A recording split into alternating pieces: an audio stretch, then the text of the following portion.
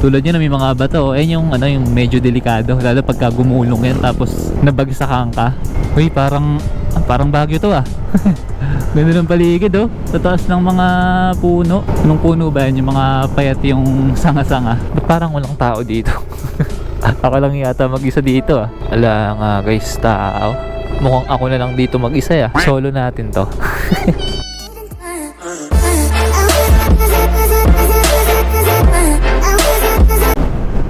What's up guys? Matagal-tagal tayong hindi nakapag-vlog. Huling vlog natin last week pa. Ngayong araw pupunta tayo ng BRT sa Bulacan, o yung ayun, Doña Remedios Trinidad. Nirecommend lang sa akin to nung kaklase ko no, nung high school. At sabi nila maganda raw yung view dito na parang may pagkakahawig din dun sa may napuntahan natin nung nakaraan dun sa may Tanawan. Mga bundok din yung mga makikita, no? Tapos mga view deck siguro. Hindi ko pa alam yung itsura niya, wala akong idea sa dadaanan. Pero nung sinearch ko yung mga video sa YouTube, nakita ko naman yung ibang mga spots doon na maganda rin naman siya. Puro bundok. Hindi ko alam kung ano yung eksaktong lugar niya or yun mismo yung lugar. Bali yung specific na pupuntahan natin yung Digos Hills. Hindi ko lang alam kung bukas pa to ngayon. Hapon na rin, 4:20 na ngayon. Medyo malapit lang din naman siya, parang likod lang ng San Miguel ba? Parang di na kailangan pumunta ng Digos Hill no? Hindi mo na kailangan lumaya oh. Sa hain lang meron ng hill. Sana hindi rin tayo gabihin para makita natin yung view. Hindi pwedeng hindi natin makukuha na ng maliwanag. Ito nga pala yung bayan ng Hain. At ito yung bagong palengke na ginawa no, nung mayor dito. Pero sa ngayon hindi pa siya binubuksan. Hindi pa siya nagagamit ng public. Pero ang ganda oh. Parang kulang na lang airconan no? Kaso sigurado hindi aircon yan. So sa pinaka magandang project na nagawa dito ano, yung palengke na yun. Itong dinadaanan natin shortcut papunta sa may San Miguel. Kasi pag doon tayo dumaan sa may highway, dadaan tayo ng Gapan sa San Miguel, mas malayo siya ng konti.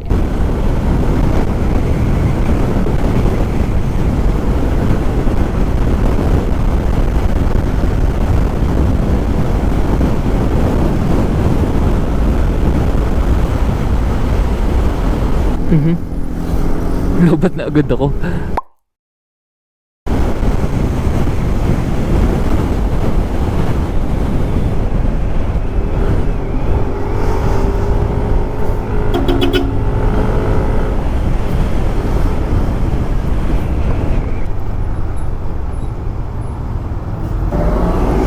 Nandito na tayo sa may highway guys na papunta ng Maynila to pag dinare-diretso. Pero dito lang tayo sa may San Miguel.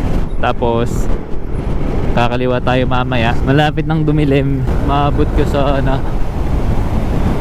Sayang yung pinunta natin pag di natin nakita yung magandang view sa ibaba. Medyo traffic. Inaayos sila yung dito. Baka asfalto hindi nila tulad nung banda dun sa harapan. Ganda tingnan ng mga bato, parang fake. Parang satisfying siyang tingnan no. Uy, may kabayo rito. Lakas tama. Pero di wasak. AH26 Asian Highway 26. Yun yung meaning yan guys.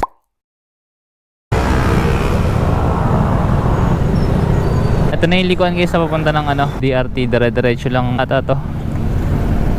Dire-diretso na lang. Ayun, medyo malapit-lapit na rin naman. 23 kilometers na lang. 100 po.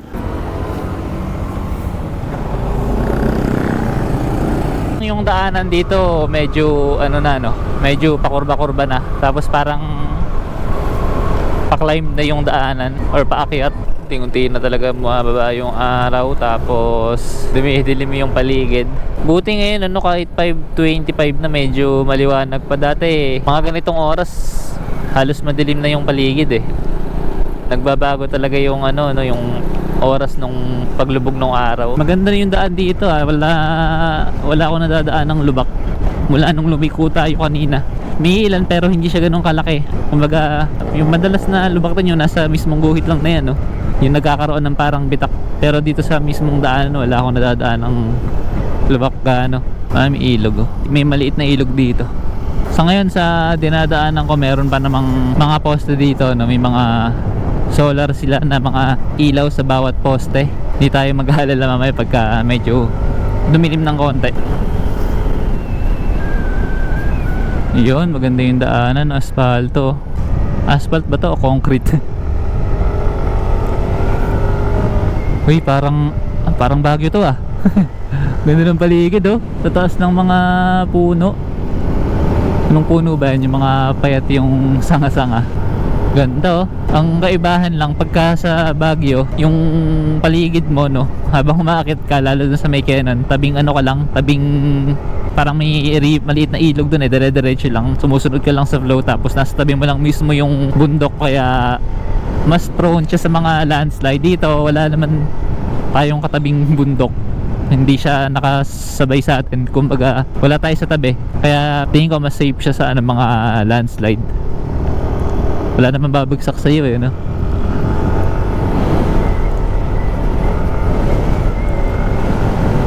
Malamig na yung ano dito, hangin kaysa kanina. Yung road condition maganda naman, wala naman ng lubak compared dun sa Tanawan. Maraming sirang daan doon, lalo pagka baba mo bigla na lang merong hukay na medyo malalim, kaya mabibigla ka minsan pagka hindi mo kabisado or hindi ka pamilyar. Ayan, ito yung sinasabi ko guys, so yung ganyan, yung sa Baguio, nakatabi ka lang sa bundok. Tulad nyo na may mga bato, ayun yung yung medyo delikado, lalo pagka gumulong yan tapos nabagsakan ka. Hindi uso dito yung helmet. May mga nagmumotor dito na walang mga suot na helmet eh. Papataas tayo ng papataas, tapos yung tenga natin parang unti-unti ring napupuno ng hangin, parang nagbabara siya. Dahil siguro sa pressure habang umaakit tayo. Kaya kailangan lumulunok ka maya't maya na para mawala yung bara sa tenga mo. Uy, sobrang talim ng curve na to. Taas.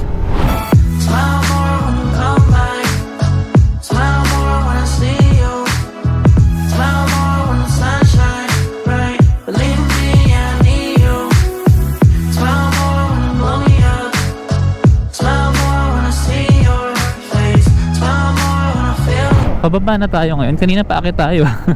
May mga estudyante saan kay eskwelahan nila dito.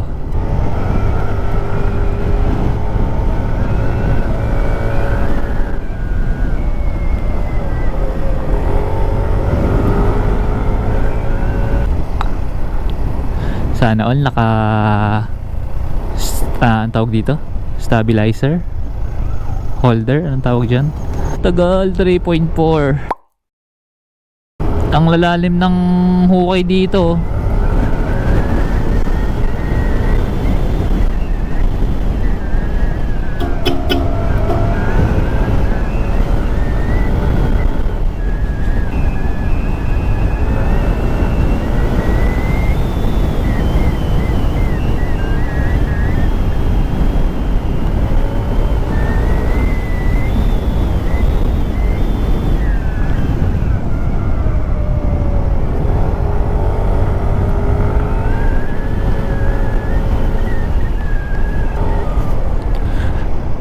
Ayun, ito yun Welcome to Digos Hills. Asan dito yun?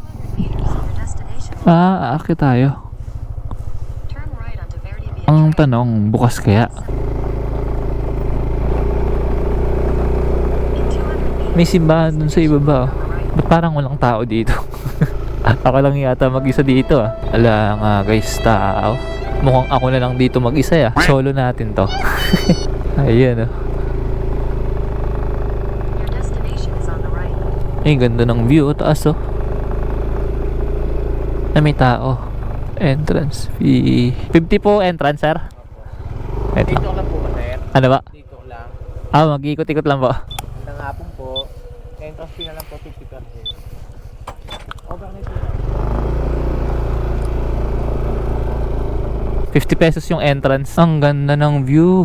Ang lawak Dito lang tayo mag-park. Sa dulo. Ito yung mga mga parang cottage cottage ba tawag dyan? Yung tutulog pag nagstay ka ng overnight Dyan yun. Ito guys yung mga tulugan dito pag nag-overnight kayo, no? Pag nag-stay kayo ng overnight. Parang ano siya, maliit siyang kubo. Hindi ko na alam kung ilang tao yung pwede dyan magstay.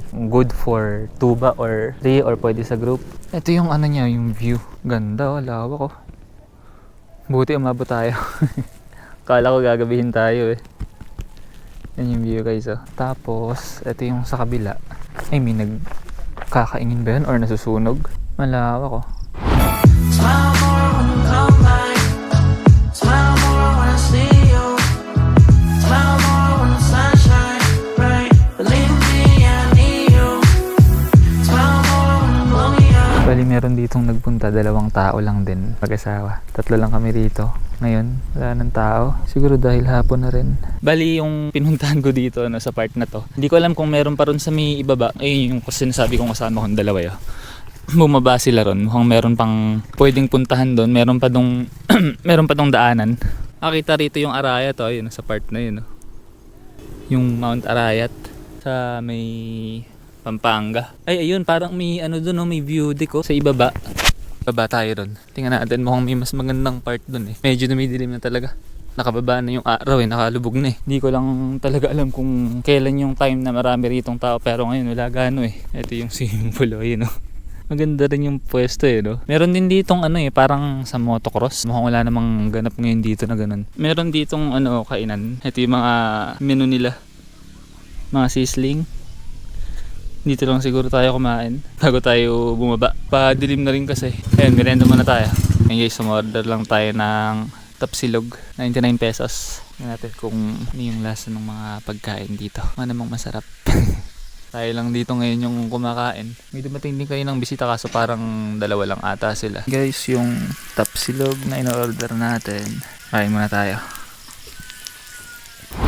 Smile more when you come back. Smile more when I see you. Smile more when the sun shines bright. Believe me, I need you. Smile more when you blow me up. Smile.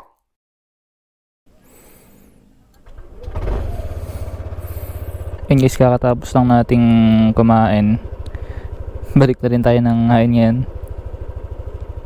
6:32 na yung oras. At 53 kilometers mula dito. Head southeast on Verde Trail. Ayun, balik na tayo. Masarap yung ano nila guys, yung pagkain. Tapa yung in-order natin eh. Balik na tayo guys ng Nueva Ecija. Hindi ko na videohan kanina yung ano eh, yung pababa eh. Pero ito yung dinaanan kanina. Ayun oh.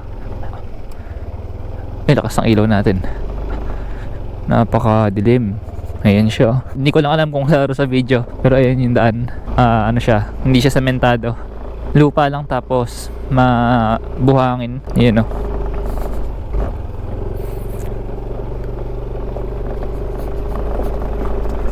May nag-overnight kanina. Merong 2 kubo ron na kinuha nung 2 tao or 2 mag-couple. Tapos sa pagkakarinig ko, ang bayad yata 1,000 overnight per kubo. Yun yung binayaran nila. 2 na sila doon. Basta 1 kubo siguro, yun yung bayad. Sobrang taas oh. Ayan yung Digos Hills. Hindi nakita sa camera to sigurado. Nakalubog na yung araw at madilim na. Sa ngayon, hanggang dito na lang muna ang ating vlog. Sa mga bago pa lang dyan, huwag nyo guys kalimutang mag-subscribe sa ating YouTube channel at pakihit na rin yung notification bell para ma-notify kayo sa mga i-upload na ating mga susunod na rides. Hanggang sa susunod nating episode, this is the Motovlog.